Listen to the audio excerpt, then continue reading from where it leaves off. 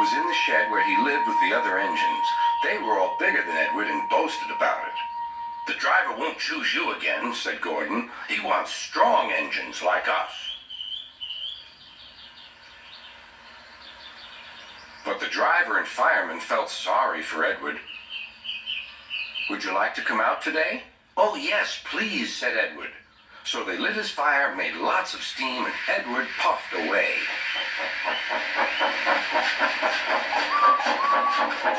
The other engines were very cross at being left behind.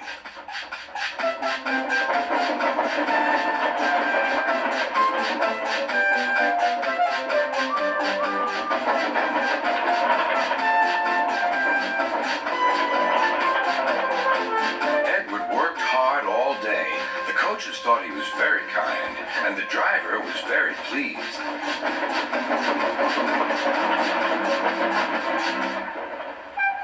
"I'm going out again tomorrow," Edward told the other engines that night. "What do you think of that?" But he didn't hear what they thought, for he was so tired and happy that he fell asleep at once. Next morning, Edward woke up to find nothing had changed. Gordon was still boasting. "You watch me, little Edward, as I rush through with the express. That will be a splendid sight for you. Goodbye, little Edward. Look out for me this afternoon."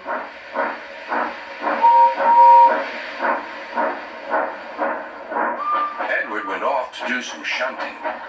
He liked shunting. It was fun playing with freight cars. He would come up quietly and give them a push. Then he would stop, and the silly freight cars would go bump into each other. "Oh!" they cried. "Whatever is happening?"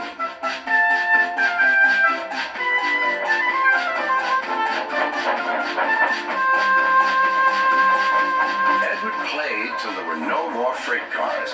Then he stopped to rest. Presently, he heard a whistle.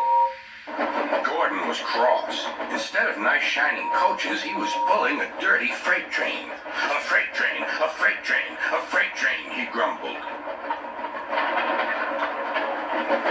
"The shame of it, the shame of it, oh, the shame of it."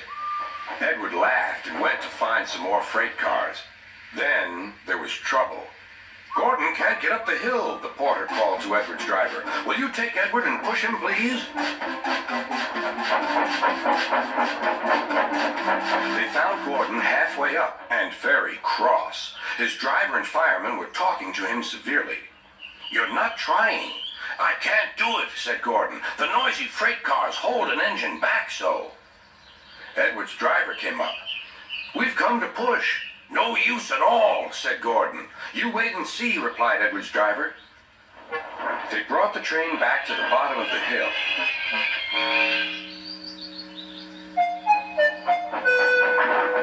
"I'm ready," said Edward. "No good," grumbled Gordon. They pulled and pushed as hard as they could.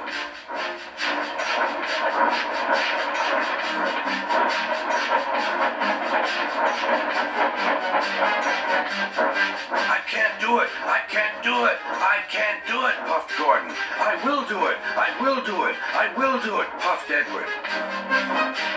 Edward pushed and puffed and pushed as hard as ever he could. And almost before he realized it, Gordon found himself at the top of the hill. "I've done it! I've done it!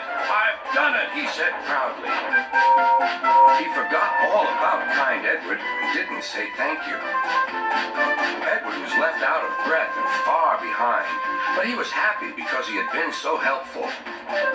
At the next station, he found that the driver and fireman were very pleased with him.